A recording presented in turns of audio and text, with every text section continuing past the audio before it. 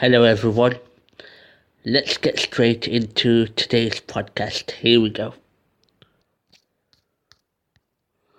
A law to stop no deal Brexit has been passed by Parliament.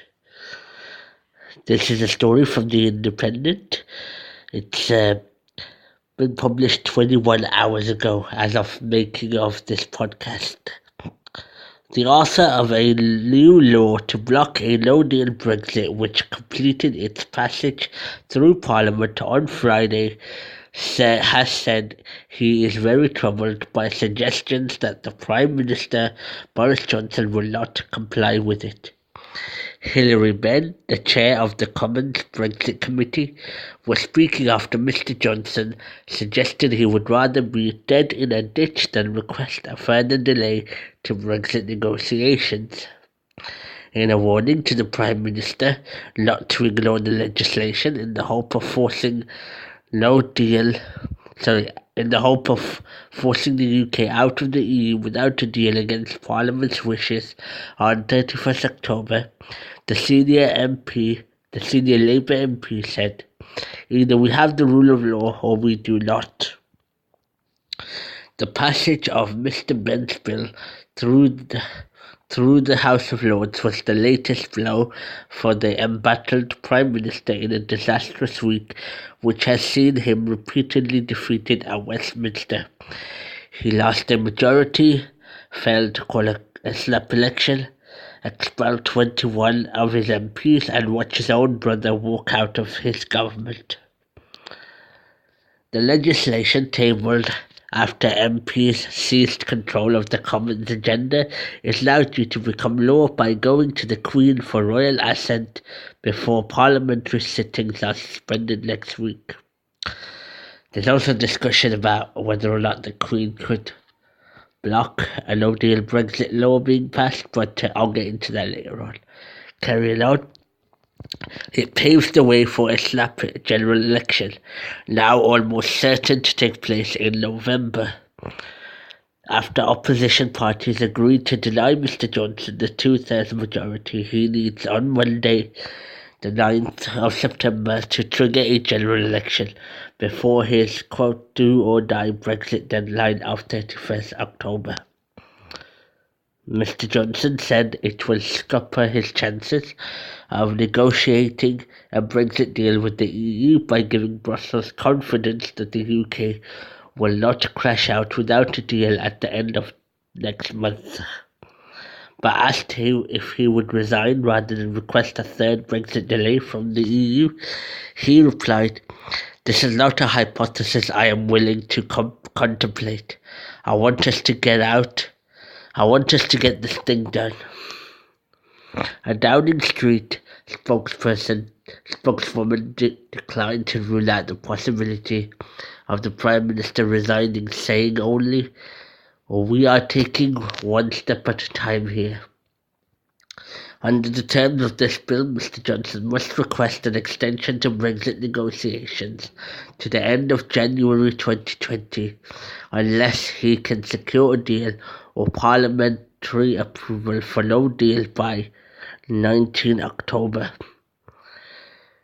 The legislation passed through the Commons in a matter of hours on Wednesday and completed all stages in the Lords in 2 days after an agreement between the government and opposition parties ended an attempt to squash it with time-wasting amendments in the early hours of Thursday. It has completed all stages in the Commons in a matter of hours on Wednesday. Mr Benn said he was very troubled that Mr Johnson will not comply with the bill's requirements. He went on to say, "Delighted that our bill to stop a damaging no-deal Brexit on 31st October has now been passed by the House of Lords, but I'm very troubled by the Prime Minister's repeated statements that he will not seek an extension under any circumstances. Either we have the rule of law or we do not." Sir Keir Starmer, who is the shadow Brexit Secretary, said the passage of the bill was a hugely important victory in the fight to stop Boris Johnson's plans for a no-deal Brexit. We will not let this Prime Minister put jobs and the economy at risk, Keir Starmer said. But Tory Grandee Sir Malcolm Rifkind condemned the manoeuvre as juvenile, warning it would merely introduce a month-long delay to the Brexit process, which would be damaging to jobs and the businesses and prolong uncertainty and political gridlock without affecting the end result. Speaking to The Independent, Sir Malcolm predicted that Boris Johnson would grit his teeth and accept the humiliation of the U-turn on his pledge rather than wave goodbye to Downing Street. Or, he said, Mr Johnson could even stand aside for a matter of weeks and appoint a caretaker Prime Minister to undertake the painful job of requesting a further extension before his return to number 10, in order to avoid personally breaking his promise. Describing the dent in the ditch comment as a theatrical statement, not to be taken too literally, the former Foreign Secretary said, "The reality is, he is not going to break the law. It is a serious political embarrassment for the government, but in the real world, delaying the election will have no practical impact on Brexit, but will be damaging for business." Opposition leaders, including Labour's Jeremy Corbyn and Liberal Democrats Joe Swinson, agreed in a confidence call not to vote for a 15 October election on Monday, because of fears that Mr Johnson could simply ignore anti-no deal legislation until the Halloween deadline has passed. The Liberal Democrats' position for a while now is that we won't vote for a general election until we have an extension agreed with the EU. I think the others are coming round to that. As a group, we will all vote against or abstain on Monday. Conservatives branded Mr Corbyn as a chicken for refusing to vote for an election, which he has long demanded. Speaking during a visit to Aberdeenshire, Mr Johnson said, "I've never known an opposition in the history of democracy that refused to have an election, but that's their choice." I think obviously they don't trust the people, they don't think that the people will vote for them, so they're refusing to have an election. And so what we will do is we will go to the summit on the 17th, we will get a deal, and we'll come out on 31st October. The bill includes provisions for MPs to vote on the final version of Theresa May's withdrawal agreement, thanks to an amendment passed by accident when tellers were not provided to record votes against. A cross-party group calling itself MPs for a Deal included former Tory Minister Rory Stewart, who was expelled by Johnson this week, Labour's Stephen Kinnock and Caroline Flint, and Liberal Democrat Sir Norman Lamb says Mrs May's compromise plan, drawn up in this discussion with opposition leaders, provided a solid and realistic basis for the Prime Minister to secure a deal which could be put into Parliament when it returns for prorogation on 14 October. So that's the end of that. Well, it seems like the opposition parties will still not want a general election until a delay has been agreed by Brussels. And in a sense, it's good that a law has been passed that a no-deal Brexit cannot happen, because there's a very, very deep uncertainty to that. Maybe in the long run we might work towards moving away from the EU entirely if we were to, let's say we were to get a deal with the EU. I mean, I think that deal will only see us through temporarily. In the long run, we will have to get to a stage where we're making our own trade laws, making our own relationships across the world, having our own our own country out there. But I think for the time being, we do need some sort of a deal so that jobs and the economy is not affected too much. I mean, people's jobs are at stake here, and politicians should not be so spiteful that they forget the voter base. That's what I think. So I'm glad, in the sense, that this has happened. And the idea that Boris Johnson is going to appoint a caretaker prime minister to look over his mess is really a coward move, because he doesn't want to look like that. He's broken his promise of do or die, of leaving on the 31st of October. So he's going to appoint somebody to take his place, to be the fall man or woman, fall guy. And then after the mess is done and over, he's going to come back in and take credit. I don't think that should happen. That's just wrong. He should face up to what is going on. He should not be allowed to get away with it. That's just wrong, in my opinion. I don't think that will happen, though. And I guess he's still wanting to push for a general election on Monday. Jacob Rees-Mogg is saying that he's going to table another motion for a general election. I think that is going to get rejected as well, based on what I've read on this article. Although what could happen is the opposition leaders could say, do you know what, now that we've got a law passed, maybe we could have a general election, because there's that kind of guarantee there that they're not going to leave without a deal. So maybe they'll agree to a general election. I mean, that's my prediction. I think that could happen, but I'm not sure. Don't quote me on that. We'll have to wait and see after Monday what happens. But yeah, I think Boris Johnson is really backed into a corner. I mean, there's suggestions that he's not going to comply with this legislation. Unfortunately, even for him, he has to comply. Otherwise, he could be breaking the law. Prime ministers are not above the law. They could be arrested. So I think he will comply with the law. He's not going to back out. He's not going to. He knows, he doesn't want to go to jail. Although he's a rich guy, so I don't think he'll last very long in there. Anyway, even if he was to